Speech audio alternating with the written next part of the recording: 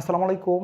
SSC ২৬ ব্যাচের শিক্ষার্থীরা, তোমাদের ইসলাম ও নৈতিক শিক্ষা পরীক্ষার চূড়ান্ত সাজেশন দিব আজকের ক্লাসের মাধ্যমে। আজকের এই ক্লাসটি করলে তুমি ইসলাম ও নৈতিক শিক্ষার একদম এক্সপার্ট হবা ইনশাল্লাহ। পরীক্ষার তোমার ফুল সিলেবাস কমপ্লিট হয়ে যাবে। আজকের বিষয়টা হচ্ছে ইসলাম ও নৈতিক শিক্ষা, জ্ঞানমূলক অনুধাবন। তুমি সৃজনশীল কীভাবে দিবা, সবগুলার টপিক তোমাকে ধরে ধরে আজকে শিখিয়ে দিব। তো চলো শুরু করছি আমাদের আজকের এই ক্লাসটি। জ্ঞানমূলক প্রথম অধ্যায় থেকে পরীক্ষায় আসার মতো জ্ঞানমূলক হচ্ছে ইমান কি, কুফর কি, শিরক কি, রিসালাত কি, সরি আমরা কি লিখি নাই, রিসালাত কি, নেফাক কি, আখেরাত কি, ইমান কি, বিস্তারিত বুঝিয়ে দিই। ইসলামের মৌলিক বিষয়গুলোর প্রতি দৃঢ় বিশ্বাস করা বা দৃঢ় বিশ্বাস থাকাই হচ্ছে কি ইমান। ইমান শব্দের অর্থ হচ্ছে বিশ্বাস স্থাপন করা, আস্থা রাখা। ইমান শব্দটির মূল ধাতু হচ্ছে আমনুন। ইমান শব্দটি আমনুন শব্দ থেকে এসেছে। এরপর হচ্ছে কুফর। কুফর শব্দের অর্থ হচ্ছে অস্বীকার করা, অবিশ্বাস করা। অর্থাৎ ইসলামের অনেকগুলো স্তম্ভ আছে, ইসলামের অনেকগুলো মৌলিক বিষয় আছে। মৌলিক বিষয় হচ্ছে 7টা। যেমন তকদিরে বিশ্বাস করা, প্রথমে হচ্ছে এক আল্লাহর প্রতি কী করা, ইমান আনয়ন করা, এরকম 7টা বিষয় আছে। আখিরাতকে বিশ্বাস করা, কালেমা বিশ্বাস করা, নবী রাসূলের প্রতি বিশ্বাস রাখা, ফেরেশতাগণের প্রতি বিশ্বাস রাখা, ঠিক আছে, তকদিরে বিশ্বাস রাখা, এরকম বিষয় আছে 7টা। ইসলামের মৌলিক বিষয়গুলোর যে কোনো একটি অথবা সবগুলো অবিশ্বাস করাই হচ্ছে কি কুফর। কুফর শব্দের অর্থ হচ্ছে অস্বীকার করা, অবিশ্বাস করা, গোপন করা, ঢেকে রাখা। এরপর হচ্ছে শিরক। শিরক শব্দের অর্থ হচ্ছে কি একদম না মানা, কারোর সাথে অংশীদার সাব্যস্ত করা। কারোর সাথে বলতে কার, এখানে আল্লাহর সাথে। আল্লাহর সাথে অংশীদার সাব্যস্ত করা হচ্ছে শিরক।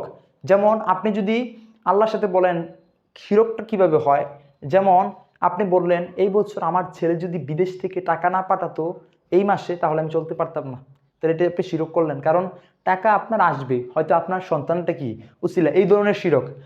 শিরক আল্লাহর সাথে অনেকভাবে হয়। তো শিরক আল্লাহর সাথে অংশীদার সাব্যস্ত করা, যেমন আল্লাহর সাথে কাউকে শরীক করা যাবে না, এবং তার অস্তিত্বের সাথে কাউকে শরীক করা যাবে না, এবং আল্লাহকে দেখবেন ইহুদি নাসাররা বলে ঈসা আলাইসাল্লাম আল্লাহর পুত্র, মারিয়াম আলাইসাল্লাম আল্লাহর স্ত্রী, এই ধরনের যে কথাগুলো, এগুলো হচ্ছে শিরকের অন্তর্ভুক্ত, এগুলো করা যাবে না। তাহলে শিরক হচ্ছে অংশীদার সাব্যস্ত করা, হ্যাঁ, আল্লাহর সাথে অংশীদার সাব্যস্ত করা। এরপর হচ্ছে রিসালাত। রিসালাত শব্দের অর্থ হচ্ছে বার্তাবাহক, প্রেরক, চিঠি বা কোনো সংবাদ প্রেরণ, মানে বাহক হিসেবে কি করা, কাজ করা। তো রিসালাত আল্লাহর বাণীগুলো, রিসালাতের দায়িত্ব পালন করে নবী রাসূলগণ। আল্লাহর বাণীগুলো মানুষের কাছে দায়িত্ব, মানে দায়িত্ব হচ্ছে নবী রাসূলের পৌঁছে দেওয়ার। আল্লাহর বাণী মানুষের কাছে পৌঁছে দেওয়ার দায়িত্বকে রিসালাত বলে। নিফাক শব্দের অর্থ হচ্ছে ভণ্ডামি, কপটতা, অর্থাৎ ইসলামের কোনো জিনিসগুলো নিয়ে কি করা, ভণ্ডামি করা, নোংরামি করা। তাহলে ইসলামের কোনো জিনিসকে অস্বীকার করা, অবিশ্বাস করাকে কি বলে, নিফাক বলে। আখিরাত কাকে বলে, আখিরাত কি, আখিরাত হচ্ছে মৃত্যুর পরবর্তী একটা জীবন। আখিরাতে বিশ্বাস করা ইমানের একটা মৌলিক বিষয়। আখিরাত, আমার মনে হচ্ছে এই আখিরাত সম্পর্কে আবার সৃজনশীল প্রশ্ন থাকবে, যে একটা সৃজনশীল প্রশ্ন দেওয়া থাকবে, গরুর উত্তর হবে আখিরাত এবং আখিরাতের বিভিন্ন দিক সম্পর্কে। এর পরের অংশে আলোচনা করতে পারে। আখিরাত হচ্ছে মৃত্যুর পরবর্তী জীবন হচ্ছে কি আখিরাত। এরপরে আমরা অনুধাবনের জন্য রেখেছি, প্রথম অধ্যায় থেকে অনুধাবনের জন্য রেখেছি আল্লাহর শিরক করার গুনাহ মাফ করে না কেন, কারণ আল্লাহ এই জিনিসটা পছন্দ করে না। শিরক হচ্ছে মহাপাপ, সব পাপেরও বাপ। এই কথাটা তো আপনি প্রশ্নে লিখতে পারবেন না। তো এটা আমি বললাম বোঝানোর জন্য বললাম, শিরকের গুনাহ আল্লাহ মাফ করে না, শিরক সম্পর্কে আমি বললাম। রিসালাত বলতে কি বোঝায়, রিসালাত শব্দের অর্থ বার্তাবাহক, চিঠি বা সংবাদ বহন করে অন্যের কাছে, মানুষের কাছে নিয়ে যাওয়া, এটা হচ্ছে রিসালাত। এরপর হচ্ছে রিসালাতে বিশ্বাস করা। রিসালাতে বিশ্বাস করে কেন গুরুত্বপূর্ণ, কারণ রিসালাত ইমানের একটা মৌলিক বিষয়, এই জন্য রিসালাতে বিশ্বাস করা গুরুত্বপূর্ণ। এটা হচ্ছে জ্ঞানমূলকে লিখবেন, অনুধাবন অংশ আপনি 2-4 লাইন ব্যাখ্যা করে দিবেন যা জানেন। আখিরাতে বিশ্বাস করা অপরিহার্য কেন, এটা হচ্ছে জ্ঞানমূলক আকারে দিবেন যে আখিরাত ইমানের একটি মৌলিক বিষয় হয়, আখিরাত বিশ্বাস করা অপরিহার্য। এরপর হচ্ছে আখিরাতে বিশ্বাস মানুষকে সৎ কাজে উৎসাহিত করে। আখিরাতে বিশ্বাসটা কি, যে সৎ কাজে মানুষকে উৎসাহিত করে।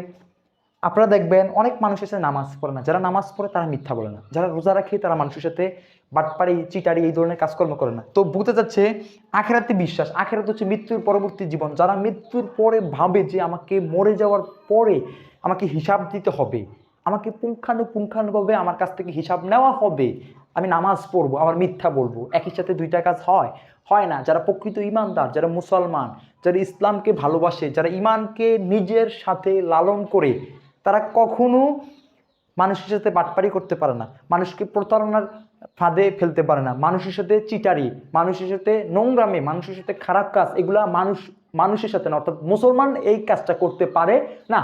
এইটাই আপনি লিখবেন, ঠিক আছে। সৃজনশীলের জন্য আমার সবচেয়ে বেশি গুরুত্বপূর্ণ আমি রেখেছি আখেরাত। এটা আখেরাত থেকে সৃজনশীল আসতে পারে, এটা আমি মোস্ট ইম্পর্টেন্ট। আখেরাত, শিরক, কুফর, এই তিনটাকে আমি স্টার চিহ্ন দিয়ে রাখলাম। এগুলো থেকে সৃজনশীল আসতে পারে প্রথম অধ্যায়।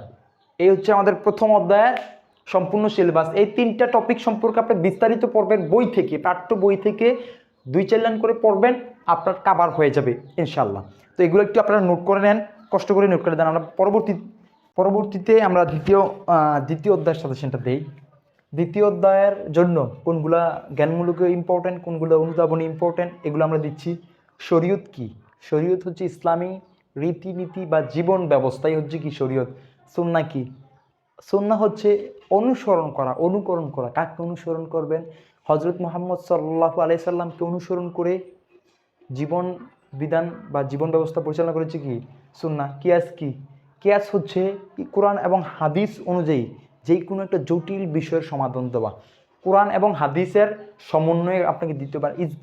ইজমা হচ্ছে মোত্তাকি ফরহেজগার, আল্লাহওয়ালা বান্দারা যে কোনো একটা বিষয় বসে জনকল্যাণে, জনগণের উন্নয়ন হবে, মানুষের উন্নয়ন হবে এবং একটা মতামত প্রকাশ করবে, এটি হচ্ছে ইজমা। ইজমার শব্দের অর্থ হচ্ছে একমত হওয়া, ঐক্যমত পোষণ করা। এগুলা জ্ঞানমূলক ইম্পর্টেন্ট। এরপরে অনুধাবন অংশের জন্য ইম্পর্টেন্ট হচ্ছে শরীয়ত বলতে কি বোঝায়? এই যে ইসলামী রীতিনীতি, জীবন ব্যবস্থা, কাঠামো, এটাই হচ্ছে শরীয়ত। মানব জীবনে ইসলামী রীতিনীতি পালন করা অবশ্যই। কেন? কারণ মানব জীবনে ইসলামী রীতিনীতি যদি আপনি মানেন, আপনি চুরি করতে পারবেন না, আপনি বাটপারি করতে পারবেন না, খারাপ কাজ করতে পারবেন না, নামাজ পড়তে হবে, রোজা রাখতে হবে, মানুষকে দেখলে সালাম দিতে হবে, মানুষের সাথে সৎ ব্যবহার করতে হবে, প্রতিবেশীর সাথে নম্রতা, ভদ্রতা, শালীনতা, মার্জিতপূর্ণ আচরণ করতে হবে। এজন্য ইসলামী রীতিনীতি প্রয়োজন। ইসলামী রীতিনীতি প্রয়োজন শিক্ষককে সম্মান করার জন্য, ইসলামী রীতিনীতি প্রয়োজন পিতামাতার প্রতি সম্মান প্রদর্শন করার জন্য, ইসলামী রীতিনীতি প্রয়োজন ছোট ভাইকে স্নেহ, বড়দেরকে সম্মান করার জন্য, ইসলামী রীতিনীতি প্রয়োজন মানুষের সাথে সৎকর্ম, মানুষের সাথে ভালো আচরণ করার জন্য। তারপরটা হচ্ছে সুন্নতে জাদিয়া বলতে কি বুঝে? সুন্নত সম্পর্কে আপনার 2 লাইন পড়লে সুন্নতে জাদিয়াটা কি বুঝবেন। পরিবর্তনশীল সমাজে কিয়াস এর গুরুত্ব কি? পরিবর্তনশীল সমাজে মনে করেন এখন কোরআন এবং হাদিসের সমন্বয়ে কিয়াসটা কিয়াসটা ঘটিত হয় বা কিয়াসের বিষয়গুলো সম্পর্কে ধারণা দেওয়া হয়। এখানে পরিবর্তনশীল সমাজ, যে সমাজ পরিবর্তনশীল এটা সবাই জানে। এখন পরিস্থিতি, সমাজ পরিবর্তনশীল না, অ্যাকচুয়ালি সমাজের যেই পরিস্থিতিগুলা এগুলো পরিবর্তন হয়, বুঝতে পেরেছেন?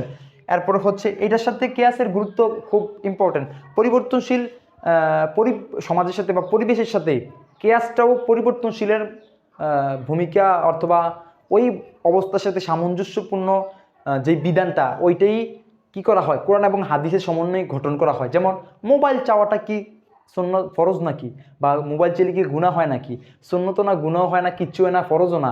তাহলে এটা কেন ইম্পর্টেন্ট? কারণ এটা যদি আপনি ভালো কাজ করেন তাহলে আপনার জন্য এটা ওয়েলকাম, আর আপনি যদি খারাপ কাজ করেন আপনার জন্য এটা ব্যাড সাইড। এটা দিয়ে বুঝালাম আর কি, মোবাইল ফোন দিয়ে। এরপরে হচ্ছে হাদিসকে কোরআনের ব্যাখ্যা বলা হয় কেন? হাদিস অর্থ কি? হাদিস বিষয়টি কি? হাদিস হচ্ছে কোরআনের আপনার এক ধরনের কপি বলতে পারেন। কারণ হচ্ছে যেটা কোরআন এবং কোরআন থেকে নিয়ে কোরআনে বিভিন্ন বিষয়ের বিস্তারিত ব্যাখ্যা দেওয়া আছে, আবার কোনো কিছু বিষয়ের ইঙ্গিত দেওয়া আছে। ওই ইঙ্গিতকৃত বিষয়গুলো বা অন্যান্য বিষয়গুলো হাদিসের মাধ্যমে পাওয়া যায়। টোটালি কোরআন যেটা আর ব্যতিক্রম করে ব্যাখ্যা করে আরও গুছিয়ে বলাটা সুন্দর হবে না, কারণ কোরআনে গুছিয়ে দেওয়া আছে। আর একটু বিস্তারিত ব্যাখ্যা স্বরূপ হাদিসে পাওয়া যায়। বিভিন্ন খোলাফায়ে রাশিদিন আছে, বিভিন্ন ইসলামিক দার্শনিক আছেন, অতীতের রাসূল করিম সাল্লাল্লাহু আলাইহি সাল্লামের যুগের আমাজান আয়েশা সিদ্দিকা রাদিয়াল্লাহু তাআলা আনহা আছেন, আবু বকর সিদ্দিক রাদিয়াল্লাহু তাআলা আছেন, আবু হুরায়রা আছেন, যারা হাদিস সংকলন করেছেন তারা বিস্তারিত এই বিষয়ে ব্যাখ্যা দিয়েছেন। তো এগুলো হচ্ছে আপনার ইম্পর্টেন্ট। আর ইম্পর্টেন্ট যদি সৃজনশীলের জন্য ধরেন তাহলে সূরা মাউন মোস্ট ইম্পর্টেন্ট। সূরা মাউন এবং সূরা আত-তিন, এই দুটোটা সূরা খুব ইম্পর্টেন্ট। এবং বৃক্ষরোপণ সম্পর্কে কয়েকটা হাদিস আছে, এগুলো ইম্পর্টেন্ট। এগুলো পড়লে আপনার দ্বিতীয় অধ্যায় শেষ। দ্বিতীয় অধ্যায় এগুলো থেকে আসবে ইনশাল্লাহ। তো এগুলো একটু কষ্ট করে নোটগুলো একটু তোলেন, আমরা পরবর্তী অংশে সাজেশন দিব, অর্থাৎ তৃতীয় পরবর্তী আমরা তৃতীয় চতুর্থ পঞ্চম অধ্যায় দেখব। তৃতীয় চতুর্থ পঞ্চম অধ্যায় কি আছে? তৃতীয় অধ্যায় হচ্ছে ইসলামিক মৌলিক ইবাদতগুলো, ইবাদতের অধ্যায় আর কি। নামাজ, তৃতীয় অধ্যায় নামাজ, রোজা, যাকাত, এগুলো নিয়ে হয় প্রশ্ন। এই চ্যাপ্টারগুলো আপনারা পড়বেন, এই 3টা চ্যাপ্টার আছে। এরপরে চতুর্থ আছে মানে যেগুলো আমরা পরীক্ষায় আসবে, মানে এগুলো থেকে পরীক্ষা আসবে, আমি এগুলো দিচ্ছি। চতুর্থ হচ্ছে আখলাক,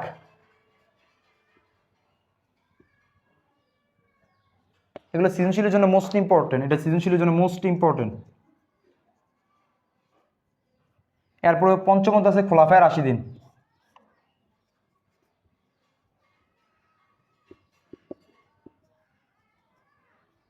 খোলাফায়ে রাশিদিন অর্থ হচ্ছে আদর্শ জীবনের চরিত্র, হযরত মুহাম্মদ সাল্লাল্লাহু আলাইহি ওয়াসাল্লামের জীবনী, আবু বকর সিদ্দিক রাদিয়াল্লাহু আনহুর জীবনী। তো এগুলোতে খোলাফায়ে রাশিদিন ধরা হয়, ঠিক আছে। ইসলামের প্রথম 4 খলিফাকে খোলাফায়ে রাশিদিন বলা হয়। প্লাস হযরত মুহাম্মদ সাল্লাল্লাহু আলাইহি ওয়াসাল্লামের হযরত মুহাম্মদ সাল্লাল্লাহু আলাইহি ওয়াসাল্লামের হযরত মুহাম্মদ সাল্লাল্লাহু আলাইহি ওয়াসাল্লাম প্লাস হচ্ছে কি খোলাফায়ে রাশিদিন। এগুলো থেকে হযরত ওমর রাদিয়াল্লাহু আনহু আছেন, হযরত আবু বকর সিদ্দিক রাদিয়াল্লাহু তাআলা আনহু আছেন, হযরত ওমর, হযরত উসমান রাদিয়াল্লাহু তাআলা আনহু। এগুলো থেকে টোটালি প্রশ্ন আসবে। নামাজ, রোজা, যাকাত, হজ, হ্যাঁ, এই স্তম্ভগুলো থেকে প্রশ্ন আসবে। আখলাক থেকে আসবে, শালীনতা, এই শালীনতা, এরপর হচ্ছে পরিচ্ছন্নতা, এগুলো থেকে প্রশ্নগুলো আসবে। এগুলো জাস্ট আপনার একটু এক নজর দেখে যাবে, জাস্ট দেখে গেলে আপনি এখান থেকে 100% অ্যান্সার করতে পারবেন যদি আপনি দেখে যান। আর যদি দেখে না যান আপনি অ্যান্সার করতে পারবেন না। প্রত্যেকটা বিষয়ে জাস্ট চোখ বুলিয়ে যাবেন, আপনি পারবেন ইনশাআল্লাহ। তো আপনাদের জন্য ইসলাম ও নৈতিক শিক্ষা পরীক্ষার শুভকামনা সবার জন্য রইল। অবশ্যই আপনার ভিডিওটা দেখবেন, দেখে আপনি যদি একটা ভালো প্রিপারেশন নিতে পারেন, আমি বিশ্বাস করি যে আপনার এসএসসি পরীক্ষা ভালো হবে। এবং ভালো হওয়ার পরে এই ভিডিওর কমেন্ট বক্সে তোমরা অবশ্যই লিখবা যে তোমাদের পরীক্ষা ভালো হয়েছে এবং নাহিদ ভাইয়ার ইসলাম ও নৈতিক শিক্ষা ক্লাস যেটা করেছিল ওইটা থেকে কমন আসছে। তোমাদের জন্য আবারও শুভকামনা রইল। আসসালামু আলাইকুম।